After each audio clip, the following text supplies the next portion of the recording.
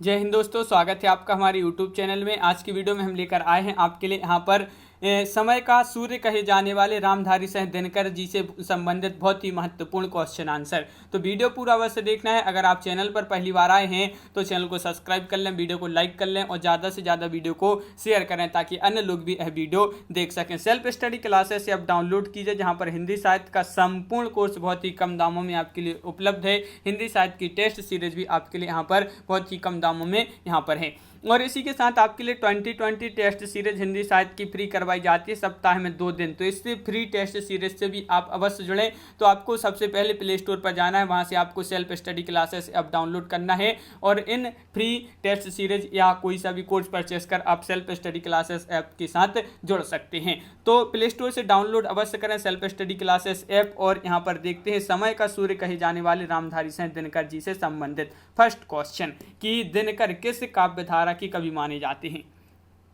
दिनकर माने जाते हैं किस काव्यधारा की कवि माने जाते हैं। तो आपका सही आंसर है राष्ट्रीय काव्यधारा। विकल्प नंबर 1 आपका सही आंसर है। रामधारी सिंह दिनकर जी का जन्म कब हुआ था, जो कि बहुत ही महत्वपूर्ण क्वेश्चन पूछा गया है। रामधारी सिंह दिनकर जी का जन्म पूछा गया है और बिल्कुल सही राइट आंसर है 1908 ईस्वी में, यानी कि विकल्प नंबर बी आपका सही आंसर होगा। बिल्कुल सही। दिनकर का जन्म कहाँ पर हुआ था? देखिए 1908 ईस्वी में इनका जन्म हुआ था। दिनकर जी का कहाँ पर हुआ था? तो क्वेश्चन नंबर 3 का राइट आंसर विकल्प नंबर आपका बी होगा सही आंसर। सिमरिया मुंगेर बिहार में इनका जन्म हुआ था। दिनकर की प्रारंभिक शिक्षा कहाँ हुई? तो बताना है कहाँ पर। यहाँ पर इनकी कहाँ पर हुई थी प्रारंभिक शिक्षा दिनकर जी की, रामधारी सिंह दिनकर जी की? तो क्वेश्चन नंबर 4 का राइट आंसर है सिमरिया, यानी कि विकल्प नंबर सी राइट आंसर है। दिनकर की हाई स्कूल की शिक्षा कहाँ पर हुई? तो बताइए। तो क्वेश्चन नंबर 5 है और आपका सही आंसर है मोकामा घाट, आपका राइट आंसर है। विकल्प नंबर 1 सही आंसर होगा। दिनकर की उच्च शिक्षा कहाँ पर हुई? उच्च शिक्षा आपके लिए बताना है मोकामा घाट, पटना, सिमरिया, मुंगेर। तो आपका राइट आंसर है क्वेश्चन नंबर 6 है और 6 का राइट आंसर है पटना, यानी कि विकल्प नंबर बी सही आंसर है। दिनकर जी कितने वर्षों तक राज्यसभा के सदस्य रही थी? 10 वर्ष, 11 वर्ष, 12 वर्ष या 13 वर्ष तक? तो राज्यसभा के सदस्य रहे हैं दिनकर जी कितने वर्ष तक? तो आपका राइट आंसर है 12 वर्ष तक। विकल्प नंबर सी आपका सही आंसर होगा। हिंदी साहित्य में अनल कवि के रूप में कौन प्रसिद्ध है? अनल कवि के रूप में प्रसिद्ध हैं कौन? प्रसिद्ध हैं तो क्वेश्चन नंबर 8 का सही आंसर है रामधारी सिंह दिनकर। ये अनल कवि के रूप में प्रसिद्ध हिंदी साहित्य में, बिल्कुल सही। दिनकर जी को भारत सरकार द्वारा पद्म भूषण पुरस्कार कब दिया गया? क्वेश्चन नंबर 9 है, महत्वपूर्ण क्वेश्चन पूछा गया है। दिनकर जी को भारत सरकार द्वारा पद्म भूषण पुरस्कार दिया गया था, कब दिया गया था? तो 1959 आपका राइट आंसर है 1959 में। क्वेश्चन नंबर आपका यहाँ पर 10 है, द्वितीय राष्ट्रीय कवि के रूप में कौन लोकप्रिय है? द्वितीय राष्ट्रीय कवि के रूप में लोकप्रिय है मैथिली शरण गुप्त, माखनलाल चतुर्वेदी, रामधारी सिंह दिनकर, रघुवीर सहाय। तो क्वेश्चन नंबर 10 का राइट आंसर विकल्प नंबर सी, यानी कि रामधारी सिंह दिनकर। क्वेश्चन नंबर 11 है, किस आलोचक ने रामधारी सिंह दिनकर को अधैर्य का कवि कहा है? अधैर्य का कवि कहा है, किसने कहा है बताइए। महत्वपूर्ण क्वेश्चन पूछा गया है और अधैर्य का कवि कहा है किसने कहा रामधारी सिंह दिनकर को? तो आपका राइट आंसर है हरिवंश राय बच्चन, यानी कि विकल्प number D right answer. Ramdhari Singh Dinkar को ज्ञानपीठ पुरस्कार से कब सम्मानित किया गया था? क्वेश्चन नंबर 12 है, जो कि बहुत ही महत्वपूर्ण क्वेश्चन आपसे यहाँ पर पूछा गया है। रामधारी सिंह दिनकर को ज्ञानपीठ पुरस्कार से कब सम्मानित किया गया?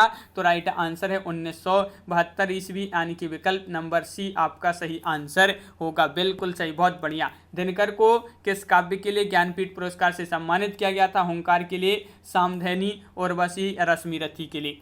जो कि बहुत ही महत्वपूर्ण क्वेश्चन है। क्वेश्चन नंबर 13 है और उर्वशी आपका सही आंसर है। इसके लिए ज्ञानपीठ पुरस्कार से सम्मानित किया गया था रामधारी सिंह दिनकर जी को। दिनकर को साहित्य अकादमी पुरस्कार कब दिया गया? क्वेश्चन नंबर 14 है और 14 का सही आंसर है आपका यहाँ पर साहित्य अकादमी पुरस्कार कब दिया गया दिनकर को?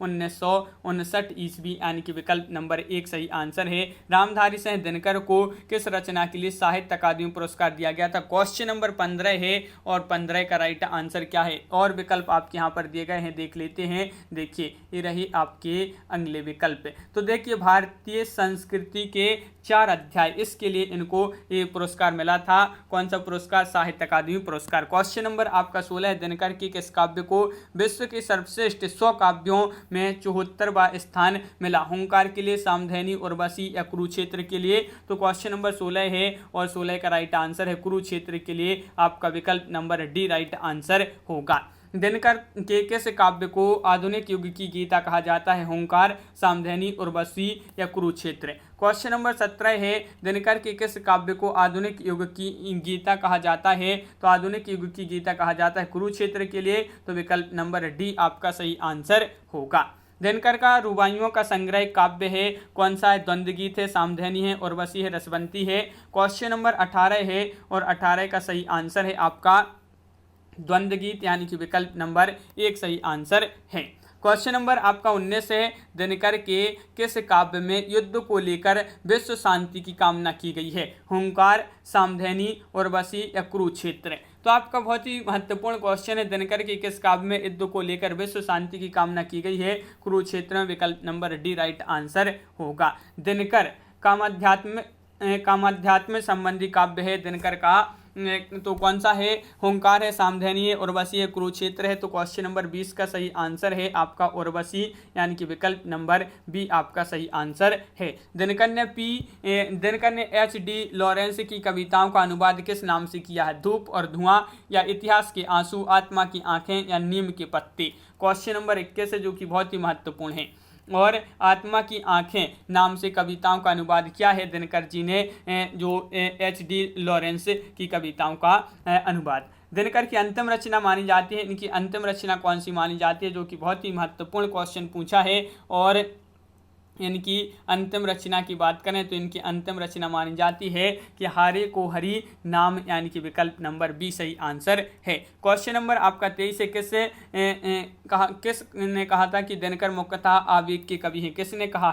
किसने कहा है? रामचंद्र शुक्ल, रामकुमार वर्मा, हजारी प्रसाद द्विवेदी या डॉक्टर बच्चन से हैं? तो आपका सही आंसर है डॉक्टर बच्चन से है। आपका सही आंसर है बिल्कुल सही, विकल्प नंबर आपका यहाँ पर डी राइट आंसर होगा। क्वेश्चन नंबर आपका यहाँ पर 24 है कि चीन भारत के युद्ध के संदर्भ में दिनकर का काव्य है, कौन सा काव्य है? तो आपका सही आंसर है चीन भारत के युद्ध के संदर्भ में दिनकर का जो काव्य माना जाता है परशुराम की प्रतीक्षा। आपका सही आंसर है। डॉक्टर बच्चन के अनुसार दिनकर का प्रतिनिधि काव्य है, तो इनका प्रतिनिधि काव्य कौन सा माना जाता है? बच्चन के अनुसार पूछा गया है।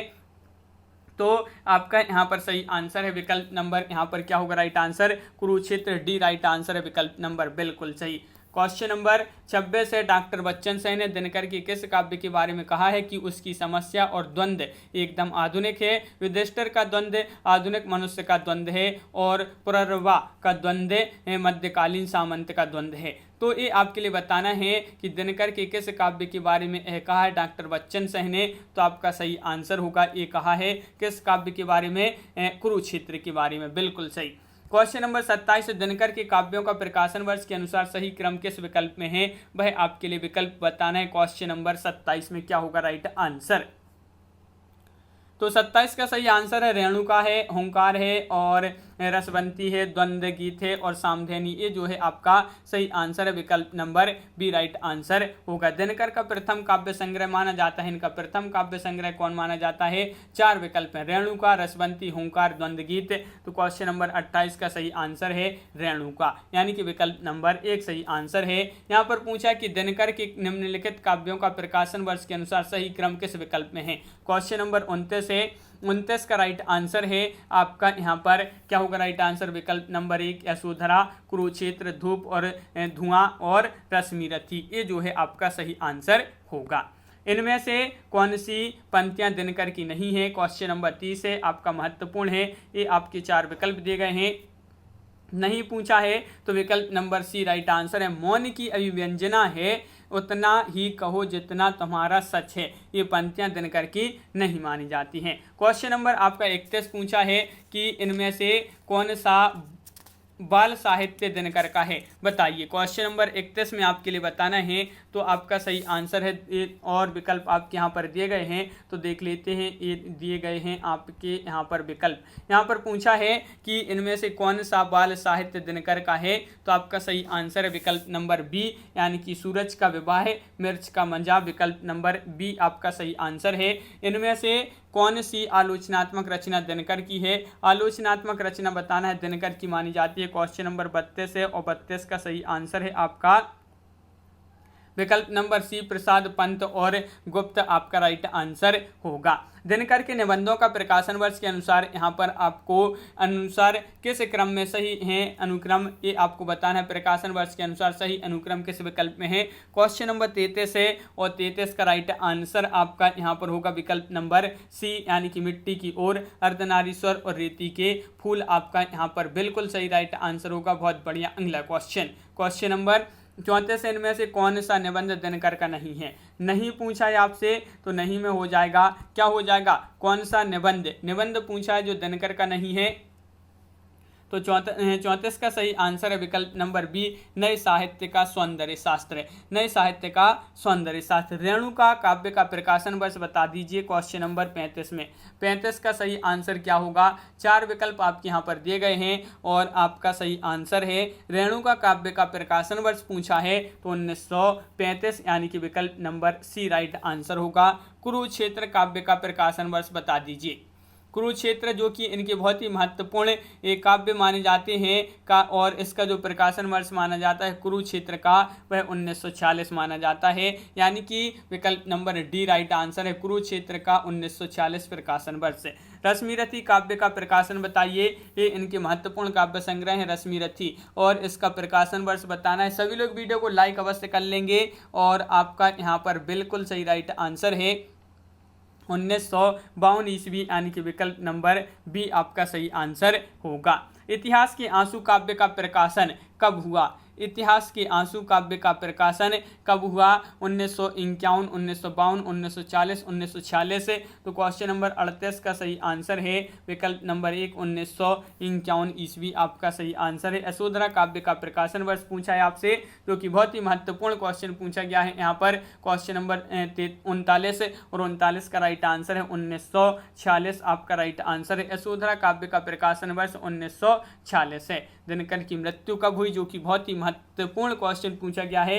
दिनकर की मृत्यु कब हुई? तो आपका बिल्कुल सही राइट आंसर यहाँ पर जो होगा कि दिनकर जी की मृत्यु कब हुई, तो विकल्प नंबर सी राइट आंसर है, यानी कि 1974। 24 अप्रैल 1974 में इनकी मृत्यु हुई। जन्म इनका 23 सितंबर 1908 में इनका जन्म हुआ था। कहाँ पर हुआ था इनका जन्म? सिमरिया, मुंगेर बिहार में इनका जन्म हुआ था रामधारी सिंह दिनकर जी का। तो यहाँ पर अपन ने देखे रामधारी सिंह दिनकर जी से संबंधित महत्वपूर्ण क्वेश्चन। कैसा लगा वीडियो कमेंट में जरूर बताएं।